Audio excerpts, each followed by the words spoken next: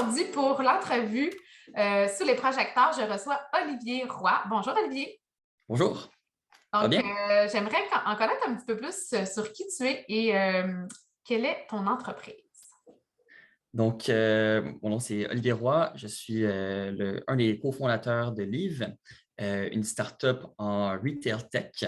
Nous sommes en train nous avons développé une technologie qui permet de magasiner sans passer à la caisse dans les commerces de détail de vêtements, articles de sport. Wow, intéressant. Puis Olivier, il vient de où, Olivier? On ne le connaît pas, là. Qu'est-ce qu'il fait? Et de quel background que tu as? Puis qu'est-ce qui a fait que tu t'es lancé en affaires? Donc, en fait, j'ai lancé ma première compagnie à l'âge de 16 ans. J'avais une petite compagnie de production vidéo. On a produit des publicités pour Juste pour rire.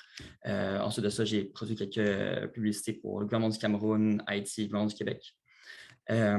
Et suite à ça, avec cette petite carrière dans ce monde-là, avec des amis, on a eu l'idée de créer une technologie pour payer nos factures de restaurant parce qu'on est tanné d'attendre après le serveur de nous amener l'addition. Et avec la COVID, tout ça a fait que ça a pivoté vers le commerce de détail, qui est maintenant vraiment notre niche. On ne touche plus au monde de la restauration. On est vraiment focusé sur aider les commerçants avec le manque de main-d'œuvre, avec tout ce qui est commerce électronique qui est en train de bouleverser le marché. On veut vraiment leur amener des nouvelles technologies pour le en magasin. OK. Puis, en gros, comment ça fonctionne? Mettons que je rentre dans un magasin puis je vais chez Popeyes m'acheter des produits de supplément. Je ne passe pas à la caisse. Fait que comment ça fonctionne? Donc, en fait, en ce moment, on est live chez quelques magasins de la Vie en Rose. On est en train OK. de grossir dans d'autres chaînes aussi. Mais pour l'instant, c'est vraiment chez la Vie en Rose au centre-ville de Montréal. Donc, quand ça fonctionne, c'est vous entrez en magasin, vous scannez un code QR sur des affiches et ça va ouvrir une application web. Et celle-ci, vous allez pouvoir scanner les codes barres des produits que vous souhaitez, payer avec votre téléphone cellulaire, avec votre carte de crédit ou e-wallet, et vous allez pouvoir sortir du magasin euh, aussi facilement que ça. Ça va passer à la transaction, vous allez recevoir votre facture instantanément.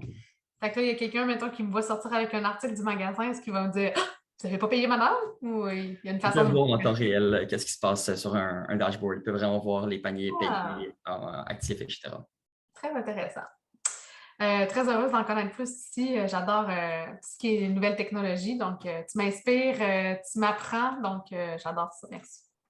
Qu'est-ce qui a fait que tu été motivée à te lancer? Parce que oui, tu es partie à 16 ans, tu disais ta production vidéo, mais qu'est-ce que tu as dit? OK, moi, je vais être un entrepreneur. C'est le déclencheur qui a fait que tu t'es lancé et qui t'a motivé. Je pense qu'il n'y a jamais eu de moment qui a été je veux être un entrepreneur. Ça a juste été comme ça. Je ne suis pas quelqu'un qui aime l'école. J'aime pas être structuré par des standards X ou Y. J'aime créer mes propres chemins, mes propres affaires. Donc, j'ai fini mon secondaire, j'ai fait 2 semaines de cégep, plus ou moins. Et déjà là, je me suis fait offrir d'aller filmer au Nicaragua en Colombie-Britannique. Donc, j'ai pris l'opportunité, puis ça a fait que je ne suis jamais retourné à l'école. Mais ça a toujours été un peu un côté en moi de créer, d'amener des projets de l'avant, de rassembler des gens ensemble. Et ça a juste continué de ce chemin-là. Puis je pense pas que je préfère autre chose que avoir mes propres projets.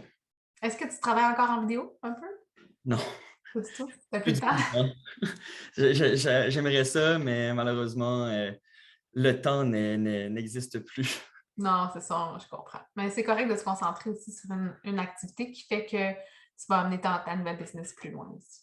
Exactement. J'aimerais savoir dans tes clients, parce que je ne veux pas nécessairement que tu me dises lesquels que tu n'aimes vraiment pas, mais c'est qui tes clients idéaux? Euh, Vraiment, en fait, notre niche, c'est les magasins de. En fait, tous les magasins qui ne. Bonne question. Euh, N'importe quel client peut très bien fonctionner avec Live, je dirais. En termes de détaillant, tout peut assez bien fonctionner. Mais où est-ce qu'on va se positionner le plus, c'est du côté commerce de détail de vêtements et articles de sport, parce que toutes les fonctionnalités qu'on est en train de construire pour le futur de notre plateforme vont être très en lien avec cette industrie-là. Donc, tout ce qui est intelligence artificielle pour les promotions, tout ce qui est côté euh, partager les produits qu'on a trouvés, partager les promotions. c'est vraiment des solutions qu'on est en train de développer et qui vont être mieux utilisées en commerce de taille de vêtements, articles de sport que par exemple dans une épicerie. Mais ça reste qu'une épicerie pourrait très bien fonctionner avec livres, avec toutes les files d'attente qu'on voit, les machines qui ne fonctionnent pas tout le temps. Pour payer sur son téléphone cellulaire, ça serait quand même excellent. Ah, on aime ça. Merci. La pandémie, on a parlé tantôt un petit peu de la pandémie qui est arrivée, puis ça a un impact sur ton entreprise. Est-ce que tu peux me dire quel impact que ça a eu? Puis aujourd'hui, avec le recul, y a-t-il des choses que tu fais différemment parce que tu as passé par la pandémie, puis ça t'a amené à développer cette innovation-là pour ta business? Je pense qu'on ne serait pas là sans la pandémie. C'est sûr que on serait peut-être complètement différent, c'est peut-être encore dans le monde de la restauration. Mais la pandémie nous a vraiment changé de direction. Ça nous a donné des outils aussi avec tout le changement dans le monde du commerce de taille. Ça a tellement été bouleversé. Comme plusieurs auteurs dans le domaine du commerce de taille diraient, c'est que la balle a déjà été tirée il y a longtemps pour un changement du commerce de taille. Ça fait longtemps qu'ils doivent changer.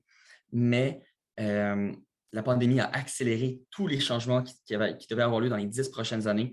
Tout ça a eu lieu en 1 an et demi. Donc, pour nous, on est rentré au moment parfait où les gens sont rendus presque impatients parce qu'ils achètent toujours en ligne maintenant. Donc, acheter en magasin quand tu as une file, tu n'es plus capable, tu vas abandonner ton panier. On est rendu tellement habitué d'acheter en ligne qu'on magasine presque en ligne dans les magasins. Donc, avoir cette expérience-ci sur son téléphone cellulaire, c'est vraiment rendu aussi un peu un must. Donc, c'est vrai que la pandémie nous a énormément aidés, mais aussi avec l'économie aujourd'hui, qu'est-ce qu'on voit avec le repositionnement, avec tout le monde des startups, c'est rendu très difficile de lever de l'argent. Et ça, c'est un impact de la pandémie. Il y a eu énormément d'argent qui a été distribué.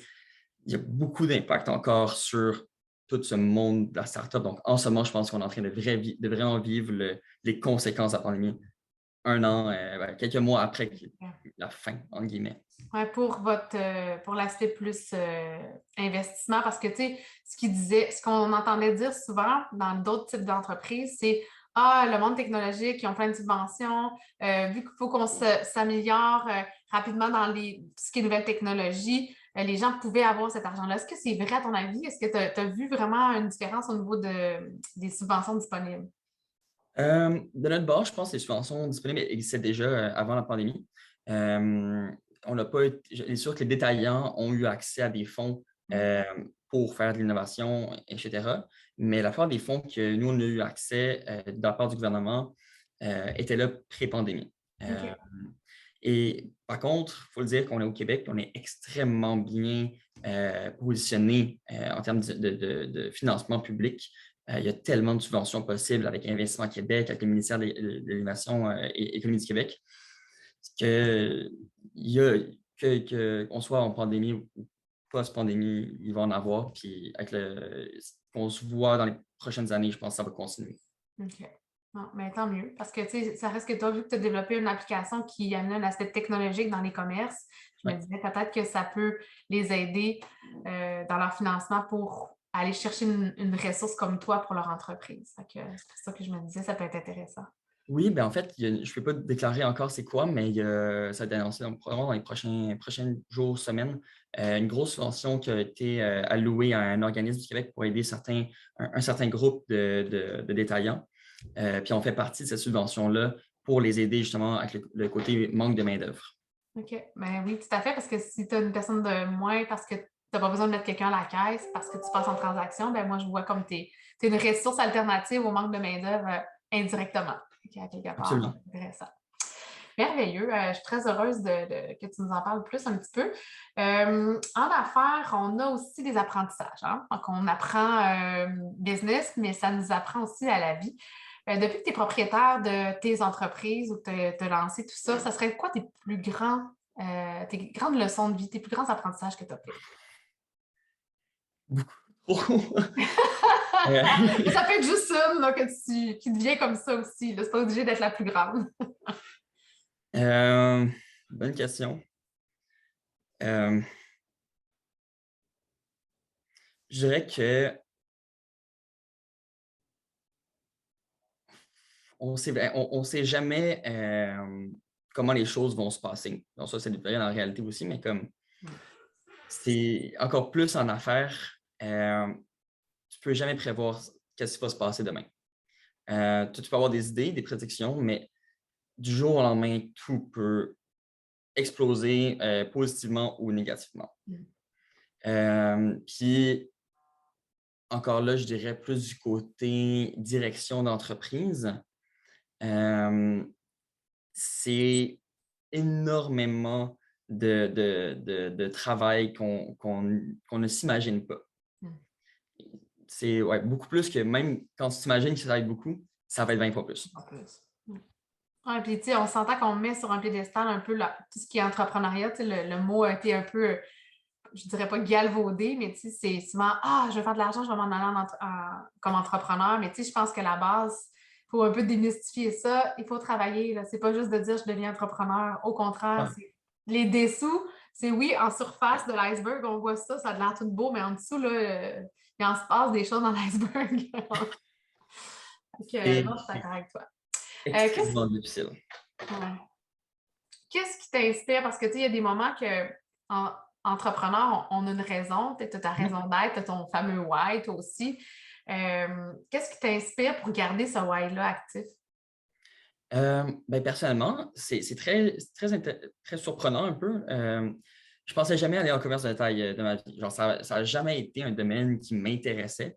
Mais en commençant dans ce monde-là, en écoutant beaucoup de podcasts, j'ai lu une tonne de livres maintenant sur ce domaine-là, et je suis vraiment rendu un peu un passionné du monde du commerce de détail et comment on peut innover dans ce milieu-là, qui est un milieu avec une limite, un potentiel d'innovation illimité. Le retail tech, c'est un monde qui est pas encore complètement genre utilisé. Il y a quand même beaucoup de compagnies qui commencent à jouer dans ce monde-là, mais il y a un potentiel d'innovation inégalé. Donc, moi, ça me motive beaucoup de pouvoir amener des solutions de l'avant, voir des gens l'utiliser, avoir le feedback des utilisateurs de livres, dire hey, c'est vraiment cool, je veux revenir à la vie en rose parce que c'était plus rapide que passer à la caisse dans un autre magasin. Ça, c'est des feedbacks aussi super fun d'entendre. Donc, ouais, je suis rendu un passionné de commerce de détail et d'innovation autour de ça. Puis tu sais, ce serait quoi, mettons, là, tu me dis, je suis rendue passionnée par ça, ça m'inspire. Demain matin, on t'offre une tribune pour communiquer. Ça serait quoi ton message que tu leur enverrais à ces commerces de détail-là, à ces gens qui sont dans cette industrie-là? Je dirais qu'il faut arrêter les projets Titanic. Les projets Titanic, c'est donc les gros projets qui prennent des années à faire et qu'on arrive à bout et 20 millions de dollars plus tard, puis on se rend compte que ce n'était pas un bon projet finalement. Ça se voit souvent. Il y a un gros détaillant québécois qui l'a vu il y a quelques années. C'est beaucoup plus intéressant aujourd'hui, avec la panoplie de solutions sur le marché, de tester plusieurs petites solutions, des projets pilotes de 5, 10, 15, 20 000 dollars, des petits projets, voir lesquels fonctionnent le mieux. Et ensuite de ça, continuer sur peut-être 3 ou peut-être 1 à la fin. Donc, des petits projets, move fast, break things. Je suis d'accord avec toi. Fait qu'on est dans tout ce qui est la gestion agile. Tu sais, ça fait pas très longtemps que tu étais dans le domaine des affaires, mais tu sais, il y a tellement d'innovation au niveau de tout ce qui est les scrubs, la méthodologie de gérer des projets. Puis le fameux Kaizen, la méthode Kaizen qui dit que c'est de l'amélioration continue. On n'attend pas d'être parfait pour se lancer. Il faut se lancer, mais s'améliorer. Fait que de faire des petits tests pilotes, comme tu le dis, tu sais, moi, je prends beaucoup ça. Tu sais, mon site web n'était pas parfait, je l'ai lancé. Là, je suis en train de le revoir puis de revoir le lancement, puis on va toujours l'améliorer. Fait que c'est un peu ta façon de voir les choses. Puis je pense que d'enseigner ça à des gens d'affaires qui ont plus d'expérience et de leur dire, regardez, c'est pas obligé d'être parfait, on va faire des tests, on va l'essayer, puis essayer ça, puis peut-être que là, vous allez voir un changement, puis faire l'effet multiplicateur après. J'embrasse ta vision des choses, puis je trouve ça vraiment important. Est-ce que tu as un dicton, une phrase fétiche que tu vas utiliser, que tu vas réutiliser dans ton quotidien ou avec ton équipe? Bonne question. Je pense pas vraiment. J'ai pas vraiment de phrase en Ben non, mais t'es particulier. pas le seul. Il y en a qui en ont pas, il y en a qui en ont tout plein. Ça dépend. Tu sais, comme nous, avec Action Coach, on a la plus grande chose la plus grande erreur que tu peux faire, c'est de ne rien faire. Fait que, tu sais, il y en a des phrases comme ça, des fois, on va réutiliser. Puis moi, quand j'étais jeune, quand j'étais à l'université, j'avais mon poster sur le mur. Puis je suis pas très bonne en anglais dans mon accent, mais c'était The choice you make, not the chance you take, make your destiny. Fait que, tu sais, des phrases, des fois, comme ça, qui te restent. Puis moi, j'étais comme, non, moi, je suis une fille d'action. Ouais, Fait que ça me parlait. Fait que j'avais mon bateau avec ma vue de la mer, puis je me disais, si tu veux te rendre là, ben c'est par les actions que tu vas prendre que tu vas y aller. 100%. En fait, j'en ai une. J'aime. Oui. En fait, c'est le slogan qui est sur notre carte d'affaires et un peu le slogan qu'on met partout maintenant, c'est The future of retail is in store. Donc, on croit au fait que le futur du commerce de détail est vraiment en magasin et par l'expérientiel et par vraiment la vente physique et non pas, comme tout le monde disait il y a quelques années, en ligne. Wow. Mon ancien patron t'adorerait parce que je travaillais pour les chaînes de magasins Sport Expert Atmosphère Ah oui, et le groupe Boucher Sport. Et c'est il sûr. prenait beaucoup ça. Puis il a créé le plus grand magasin de sport en Amérique du Nord dernièrement Oui, dans la j'ai ville de vu ça. Québec. Donc, il adorait entendre ta phrase. Puis je suis pas mal certaine qu'il il serait très heureux de collaborer avec une personne comme toi. Ça me fera plaisir de te le présenter. C'est incroyable. Merci beaucoup. Plaisir. Dernière chose, ma question, si demain matin, tu parles avec un entrepreneur en croissance comme toi, qui vit un chaos semi-contrôlé, j'ai un de mes clients qui dit souvent cette phrase-là, ah, je vis mon chaos, il est semi-contrôlé, Catherine. Ça serait quoi le conseil que tu lui donnerais? Ben, c'est une question intéressante parce qu'en ce moment, je suis en train de coacher une de mes amies qui a lancé une entreprise qui est vraiment fantastique. Euh, et c'est un chaos un peu justement semi-contrôlé où les revenus ont complètement explosé et il n'y avait pas du tout l'aspect fundraising, l'aspect Mm. direction plus entreprise. C'était vraiment plus un projet qui a explosé. Euh, le conseil que je donnerais, c'est aller chercher de l'aide, Mm. aller écouter des gens, des mentors. Il y a tellement de programmes, là. Il y en a au privé, il y en a au public. Il y a plein de gens qui sont prêts à aller aider les entrepreneurs. Il y a des subventions qui vont payer pour les mentors, puis il y en a qui vont le faire gratuitement. Et avoir un comité autour de soi, un comité aviseur, ça devrait être la première étape à faire. Se construire un comité des gens qui croient au projet, qui vont vouloir accompagner. Ils vont peut-être même être des investisseurs dans le futur. Donc, je pense avoir des gens avec de l'expérience autour, c'est le meilleur truc à faire et pas assez de gens font dès le début. Mm. C'est, ouais, donc, ouais, aller chercher de l'aide. Moi, je suis d'accord avec toi. C'est aussi pour ça que je fais du coaching d'affaires. Donc, c'est exactement l'idée. Puis, je me fais entourer moi-même. J'ai un coach, j'ai des spécialistes, des avocats, des fiscalistes, des gens qui vont m'aider aussi à conseiller mes clients. Donc, je suis entièrement d'accord. Si on s'entoure de gens plus forts que nous, ben, on élève notre jeu d'un cran. Puis, les entrepreneurs, comme tu l'as dit, ben, il y a des subventions qu'ils peuvent aller chercher. Il y a des ressources, du mentorat, c'est pas nécessairement du coaching, c'est que c'est des gens qui vont te donner des conseils à gauche, à droite. Le service de coaching, on accompagne les gens. Donc, je trouve vraiment que tu as une belle vision des choses. Puis souvent, l'entrepreneur va se dire, ah, j'ai pas besoin d'aide, je vais me lancer dans mes trucs, puis je vais me débrouiller parce que je suis capable. Mais c'est pas une question d'être capable, c'est une question de se dire, je veux juste aller plus vite dans ma croissance, puis d'éviter peut-être de prendre 2 mois pour faire quelque chose que tu peux faire en une semaine parce que tu t'es fait donner le bon conseil. Le être capable, c'est la partie que tu vas mettre ton 100 heures semaine. Ça, c'est la partie être capable. Le reste des 100 heures, par contre, c'est à toi d'aller chercher de l'aide, d'aller chercher les meilleures ressources et d'optimiser ce temps-là. Tout à fait. Ah, que tu parles mon langage. Et je tiens à le mentionner, ce segment n'est pas commandité. Alors, je suis très heureuse que tu l'aies mentionné, Olivier. Et ça a été un plaisir de te rencontrer aujourd'hui. J'apprécie vraiment ton temps et ton partage, puis de partager aussi ta compagnie, ce que tu fais. Je trouve ça vraiment inspirant par rapport au retail, mais un jeune entrepreneur dans le tech, pour moi, c'est du bonbon. Donc, merci de ton temps. Merci C'est à vous. de ton partage. Puis on va te suivre sur tes plateformes. Je vais inviter les gens à regarder ton site web aussi. Donc, je te souhaite une belle fin de journée. Rappelle-moi le nom de ta compagnie. C'est Live, Leav. et livres avec Olivier Roy. Donc, à bientôt, Olivier. Merci. Merci beaucoup. À bientôt.